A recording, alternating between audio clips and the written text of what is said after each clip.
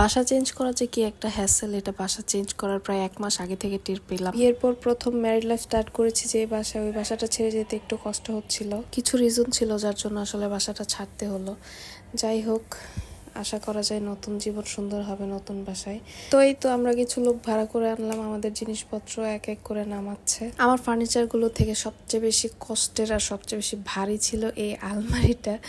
এটা নামাতে প্রায় 5-6 জন একসাথে ধরছে। আমার হাজবেন্ডও মানে পারলে ওদের সাথে যায় ধরে, এরকম একটা অবস্থা। এটা নামাইতে খুব কষ্ট হয়েছে, এটা অনেক ভারী ছিল। তো যাই হোক, সবগুলো জিনিস 4তলা থেকে একে একে নামিয়ে আমরা নতুন বাসায় চলে গেলাম। অ্যান্ড ওইখানে যে সব ফার্নিচারগুলো আবার সেটিং করা হয়েছে। সো এটা হচ্ছে আমাদের নিউ হোম। সিম্পল ছোটোখাটো একটা বাসা, তবে আগের বাসাটা থেকে মাচ বেটার, কারণ ওইটা একটু পুরনো ছিল। যাই হোক, ওই বাসাটা ছাড়তে হয়েছে অন্য কারণে। ওই বাসাটা একটু ছাদের নিচে ছিল, তো একটু গরম বেশি ছিল আর পানিরও সমস্যা ছিল। আর এই বাসাটা আমার হাজব্যান্ডের অফিস থেকে একটু কাছে হয়। সো সব মিলায়ে ওই বাসাটা ছাড়তে হয়েছে, নতুন বাসায় আসলাম। তো এই তো এখন হচ্ছে আমাদের বাসা গোছানোর পালা। আর আমি প্রথমেই আমার পছন্দের কাজ, আমার শোকেস গোছানো, আমার কাচের জিনিসগুলো একে একে সুন্দর করে গোছানো, আমি সেটা শুরু করে দিলাম। অ্যান্ড আমার বোন আমাকে ভিডিও করে দিচ্ছিল। অ্যান্ড কাচের জিনিস তো সব কিছু একদম পেপারে মুড়িয়ে নিয়ে আসছি, যাতে মানে কোনোভাবেই যেন ভেঙে না যায়। এটা হচ্ছে আমার মেন। আমি অনেকগুলা পেপার নষ্ট করছি জাস্ট যেন আমার জিনিসগুলা সুন্দর মতো ওই বাসা থেকে নিয়ে আসতে পারি।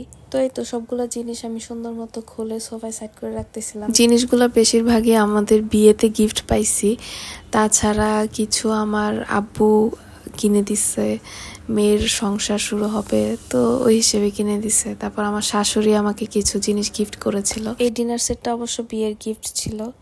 তো আমি এটা সুন্দর মতো সাজিয়ে নিচ্ছিলাম, তো যতটুকু পারি আর কি। অত সুন্দর মতো তো আর সাজাইতে পারি না, অনেকে তো নিজেদের বাসার ফার্নিচার অনেক সুন্দর মতো সাজায়। তো এই তো তারপর এই গ্লাসের সেটগুলো একে একে সাজিয়ে নিচ্ছিলাম।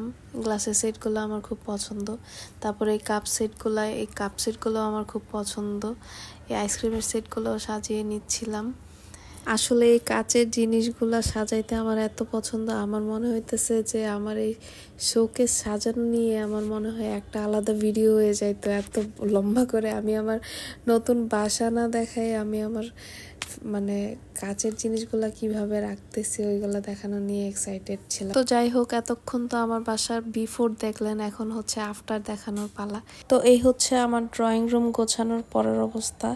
আমরা ভেবেছিলাম যে আসলে ফার্নিচার অনেকগুলাই জায়গা হবে না, কিন্তু ড্রয়িং রুমে জিনিসগুলা জায়গা হওয়াতে স্পেসটা মোটামুটি কাভার হয়েছে। এটা হচ্ছে আমার বেডরুম। আমার বেডরুমে শুধু 2টা ফার্নিচারের জায়গা হলো, আর এটা হচ্ছে অন্য আরেকটা রুম।